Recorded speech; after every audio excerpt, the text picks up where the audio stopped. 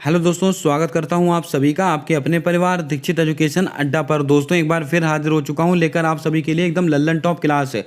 आज हम बात करने वाले हैं भारतीय कला तथा संस्कृति को लेकर। इससे संबंधित कुछ महत्वपूर्ण सवाल मैं आपके सामने आज रखने वाला हूं। अगर आपका भविष्य में कोई सा भी एसएससी का एग्जाम है या कोई सा भी आपका एक दिवसीय एग्जाम है तो 100% आपकी परीक्षा में आपको 5 से 10 नंबर इस क्लास से मिलने वाले हैं। पूरी क्लास को और एक एक फैक्ट को आप 1 लाइनर नोट्स के रूप में नोट करके रखना। आने वाली सारी परीक्षाओं के लिए आपका मील का पत्थर साबित होगी ये क्लास। आइए शुरू करते हैं आज की क्लास, देखते हैं अपने सारे सवाल सारे फैक्ट। दोस्तों हमारा पहला प्रश्न कहता है कि संगीत और साहित्य की अधिष्ठात्री देवी किसको माना गया है। पहला ही सवाल मोस्ट इंपॉर्टेंट सवाल है। माँ दुर्गा को माना गया है, माँ सरस्वती को माना गया है, माँ लक्ष्मी को माना गया है कि माँ संतोषी को माना गया है।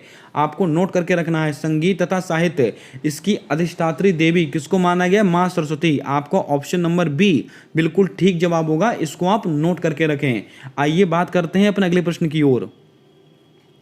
हमारा अगला प्रश्न कहता है कि कथक का संबंध निम्नलिखित में से कहां से है। मोस्ट इंपॉर्टेंट सवाल। तमिलनाडु, केरल, आंध्र प्रदेश, उत्तर भारत। क्या होगा आपका सही जवाब, जल्दी से बताएं। दोस्तों कथक इसका संबंध कहां से है तो आपको पता होना चाहिए उत्तर भारत। आपका ऑप्शन नंबर डी बिल्कुल ठीक जवाब होगा, इसको आप नोट करके रखें। दोस्तों आप सबको पता है कि भारत के अंदर कुल कितने शास्त्रीय नृत्य हैं। कुल दोस्तों 8 शास्त्रीय नृत्य हैं। कितने, 8।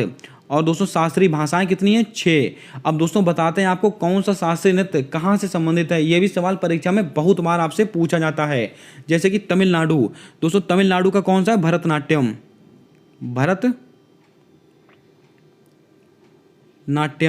भरतनाट्यम का संबंध कहाँ से है, तमिलनाडु से है। केरल, दोस्तों केरल का कौन सा, कथकली।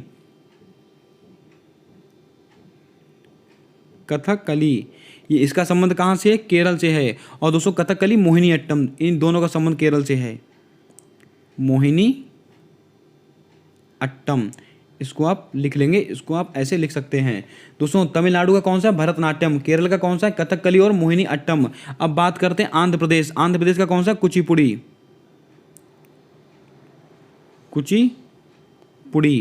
अब दोस्तों कितने हो गए आप देख सकते हैं। उत्तर भारत का कौन सा, कथक। तमिलनाडु का कौन सा, भरतनाट्यम। केरल का कौन सा, कथकली मोहिनी अट्टम। और आंध्र प्रदेश का कौन सा, कुचिपुड़ी। अगर आपसे दोस्तों पूछा जाए मणिपुर, मणिपुर का कौन सा, मणिपुरी। कौन सा है, मणिपुरी। और दोस्तों अगर आपसे कहा जाए उड़ीसा, उड़ीसा का कौन सा, ओडिसी। ओडिसी ये कहाँ का है, उड़ीसा का है, इसको आप ध्यान में रखें। दोस्तों आप गिन सकते हैं, पूरे 8 हो गए। 1 2 3 4 5 6 7 8। इसको आप नोट कर लें, अति महत्वपूर्ण सवाल रहेगा आपकी सभी परीक्षाओं को लेकर। आइए बात करते हैं अपने अगले प्रश्न की ओर। दोस्तों हमारा अगला सवाल कहता है कि श्रीमंत शंकर देव इनका संबंध किस शास्त्रीय नृत्य से था। कुचिपुड़ी, उड़ीसी, कथक या सत्रिया। क्या होगा आपका सही जवाब, जल्दी से बताएं। श्रीमंत शंकर देव इनका संबंध किस शास्त्रीय नृत्य से है तो आपको याद करके रखना है, इनका संबंध है सत्रिया से। आपका ऑप्शन नंबर डी बिल्कुल ठीक जवाब होगा। और सत्रिया दोस्तों कहाँ का शास्त्रीय नृत्य है, असम का। यह भी सवाल कई बार परीक्षा में पूछा गया है, किसका है, असम का है। और दोस्तों इसको शास्त्रीय नृत्य का दर्जा कब मिला था, वर्ष 2000 में। कब मिला था, वर्ष 2000 में। आपसे सवाल पूछा जा सकता है, श्रीमंत शंकर देव जिनका संबंध सत्रिया नृत्य से है, उन्होंने कौन से दोस्तों धर्म की स्थापना की थी, वैष्णव धर्म। कौन से, वैष्णव। ये सवाल बहुत ही इंपॉर्टेंट सवाल रहेगा आपके लिए। वैष्णव धर्म की स्थापना की थी, इसको भी आप लिख लें, ये सवाल भी अति महत्वपूर्ण है आपकी परीक्षा को लेकर। आइए बात करते हैं अपने अगले सवाल की ओर। दोस्तों हमारा अगला प्रश्न कहता है कि यामिनी कृष्ण मूर्ति का संबंध किस शास्त्रीय नृत्य से है। ये सवाल परीक्षाओं में मोस्ट रिपीटेड सवाल है।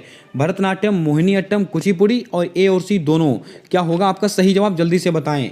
यामिनी कृष्ण मूर्ति इनका संबंध किस शास्त्रीय नृत्य से है तो आपको याद करके रखना है, ये भरतनाट्यम और कुचिपुड़ी दोनों से है। भरतनाट्यम से भी और कुचिपुड़ी। तो आपका सही आंसर क्या होगा, ऑप्शन नंबर डी। इसको आप नोट करके रखें, ये सवाल कई बार परीक्षाओं में रिपीटेड सवाल है।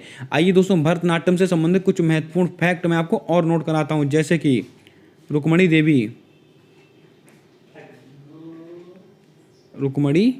देवी, इनका संबंध किससे है? ये भरतनाट्यम से इनका संबंध है, इसको भी आपको ध्यान में रखना है। अब दोस्तों अगर बात की जाए मोहिनीअट्टम, इनसे संबंधित कुछ महत्वपूर्ण दोस्तों कलाकार आपको याद रखने हैं, जैसे कि हेमा मालिनी हो गई, श्री देवी हो गई, कला देवी हो गई। इन सबका संबंध किससे है? इन सबका संबंध है मोहिनीअट्टम। दोस्तों कुचिपुड़ी, ये महत्वपूर्ण रहेगा, इससे संबंधित कुछ महत्वपूर्ण फैक्ट आप और नोट करें, जैसे कि एक तो दोस्तों कौन हो गई? यामिनी कृष्णमूर्ति, यही सवाल बार बार परीक्षा में पूछा जाता है।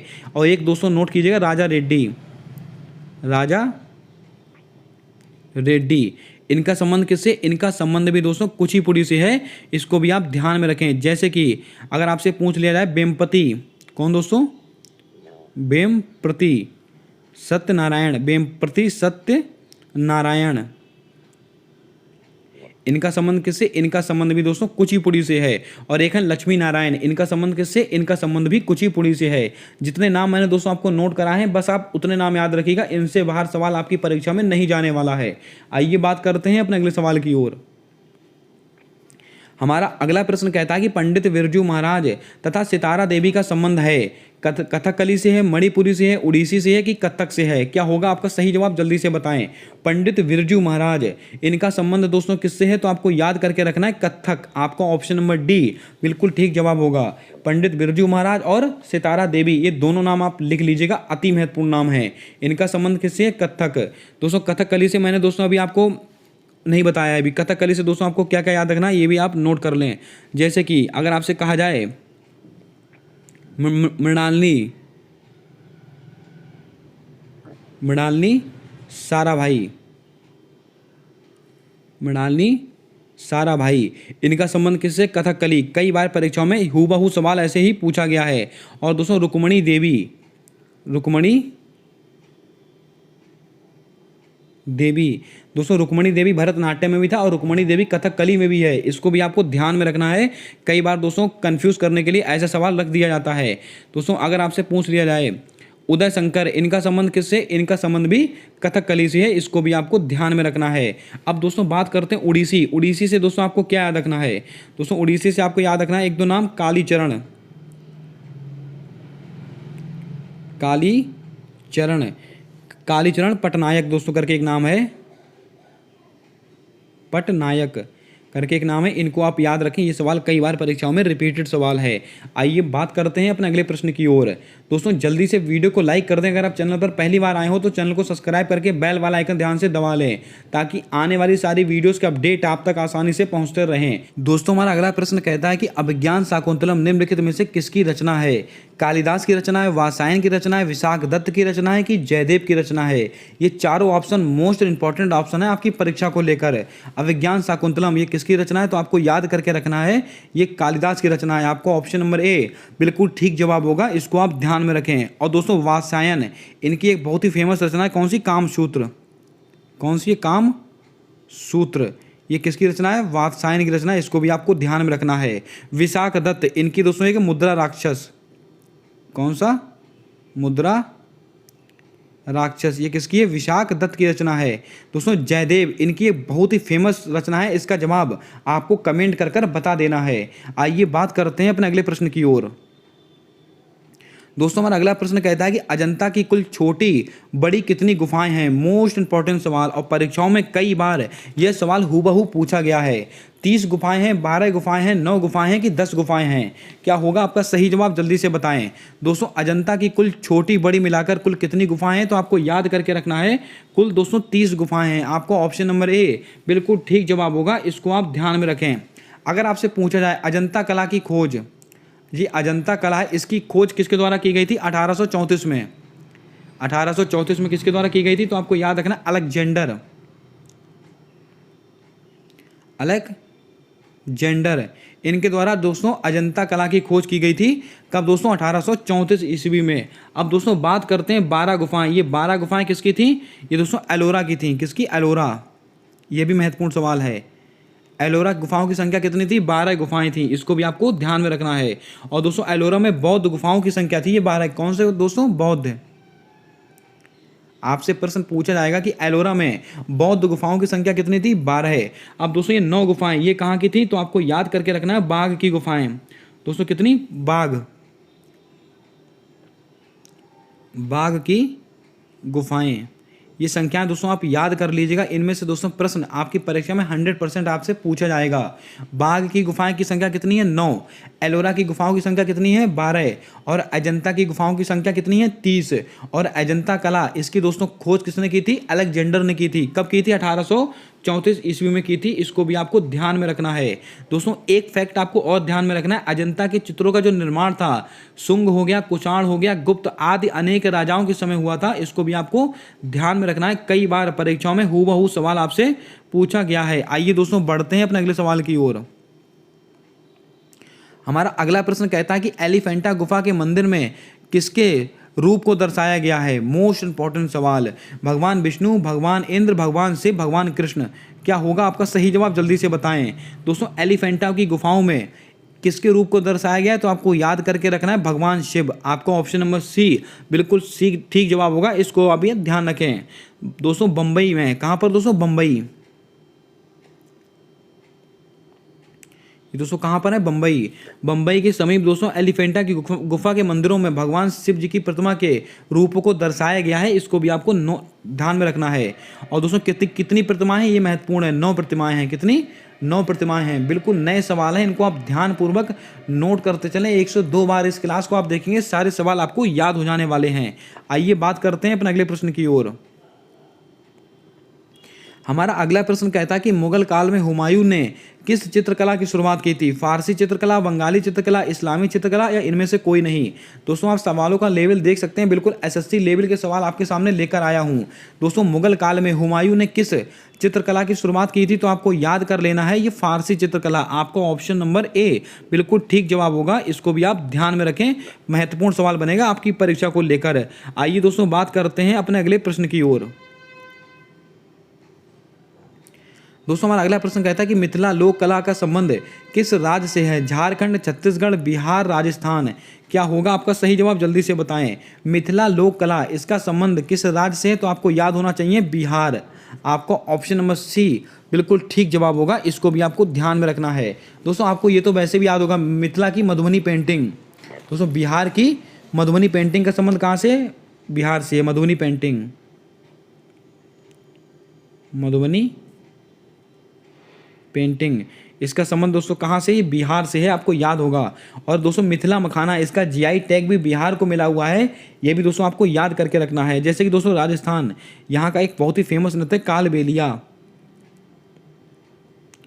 कालबेलिया, इसका संबंध कहाँ से? राजस्थान। एक होता था उस्ता कला, उस्ता और खेबा, उस्ता कला, खेबा कला, इनका संबंध कहाँ से? ये भी दोस्तों राजस्थान से संबंधित हैं। इसको भी आपको नोट कर लेना है। आइए बात करते हैं अपने अगले प्रश्न की ओर। हमारा अगला प्रश्न कहता है कि सालार जंग संग्रहालय कहाँ पर स्थित है? हैदराबाद, इंदौर, लखनऊ, जोधपुर, क्या होगा आपका सही जवाब? जल्दी से बताएं। सालारगंज संग्रहालय ये कहाँ पर स्थित है? तो आपको ध्यान में रखना है, ये हैदराबाद में स्थित है। आपको ऑप्शन नंबर ए बिल्कुल सही जवाब होगा। इसको भी आप ध्यान में रखें। और दोस्तों ये सवाल क्यों महत्वपूर्ण है? तो दोस्तों आपको याद करके लेना है, यहाँ पर बहुत सारी शैलियों का दोस्तों निर्माण किया गया है। विश्व की बहुत फेमस शैलियों का यहाँ पर निर्माण किया गया है, इसलिए ये सवाल हमारे लिए अति महत्वपूर्ण बनेगा। इसको भी आपको ध्यान में रखना है। दोस्तों वीडियो को जल्दी से अपने दोस्तों तक जरूर शेयर कर दें। अगर दोस्तों चैनल पर नए हों तो चैनल को सब्सक्राइब करके बेल वाला आइकन ध्यान से दबा लें और क्लास को स्किप बिल्कुल मत करें। सारे पॉइंट को आप नोट करके रखें। तो मैंने आपको क्या बताया, सालार जंग ये संग्रहालय कहाँ पर स्थित है? हैदराबाद में स्थित है। और दोस्तों ये क्यों महत्वपूर्ण है? तो मैंने आपको बताया था, यहाँ पर काफ़ी मात्रा में विश्व कला संग्रहालय का भंडार यहाँ पर है। कौन से दोस्तों? विश्व कला संग्रहालय का भंडार। आइए बात करते हैं अपने अगले फैक्ट को लेकर। दोस्तों यहां से हमारे जो फैक्ट शुरू होने वाले हैं वो मोस्ट इंपॉर्टेंट फैक्ट हैं, इनको आप तो रट डालें। दोस्तों प्रमुख वाद्य यंत्र और वादक, ये परीक्षाओं में 20 बार से ज्यादा सवाल पूछे गए हैं आपकी। दोस्तों सितार वादक, आपको कौन कौन से नाम याद रखने? पंडित रविशंकर, इनका संबंध किससे है? सितार वादक। निखिल बनर्जी और विलायत खान, इन तीनों का संबंध किससे है? सितार वादक। अब दोस्तों बात करते हैं अगले प्रश्न की ओर। ये देखिए दोस्तों सरोद वादक, सरोद वादक में दोस्तों आपको किसका नाम याद रखना है? अमजद अली खान। बहुत बार सवाल रिपीट हुआ है। अली अकबर खान, इन दोनों का संबंध किससे? सरोद वादक। अभीर सरकार, इनका संबंध किससे? सरोद वादक। देवाशीष भट्टाचार्य, और दोस्तों लास्ट कौन है? राजेंद्र मिश्र। दोस्तों इतने मैं नाम लेकर आया हूँ जो आपकी परीक्षा में पूछे गए हैं। फालतू का दोस्तों ज्ञान लेने से दोस्तों कोई फायदा नहीं, आप वो पढ़िए जो आपकी परीक्षा के लिए महत्वपूर्ण है। क्या क्या नाम आपको याद रखना है? अमजद अली खान, ये दोनों नाम मोस्ट इंपॉर्टेंट हैं, इनको आप मोस्ट इंपॉर्टेंट में याद रखेंगे। और दोस्तों अली अकबर खान, इन दोनों का संबंध किससे है? सरोद वादक। आइए बात करते हैं अपने अगले सवाल की ओर। दोस्तों हमारा अगला प्रश्न है कि तबला वादक, इनका संबंध किससे है? तो आपको याद करके रखना अल्लाह रखा। अल्लाह रखा का संबंध किससे है? तबला वादक। लतीफ़ खां, इनका संबंध किससे है? तबला वादक। जाकिर हुसैन, मोस्ट इंपॉर्टेंट सवाल, इनका संबंध किससे? तबला वादक। और दोस्तों इनको 2022 में, जाकिर हुसैन को 2022 में पद्म विभूषण द्वारा भी सम्मानित किया गया है, इसको भी आपको ध्यान में रखना है। 2022 में कितने लोगों को पद्म विभूषण पुरस्कार मिला है? 6 लोगों को, और उन 6 लोगों में से दोस्तों जाकिर हुसैन जी का भी नाम है, इसको भी आपको ध्यान में रखना है। आइए बढ़ते हैं अपने अगले सवाल की ओर।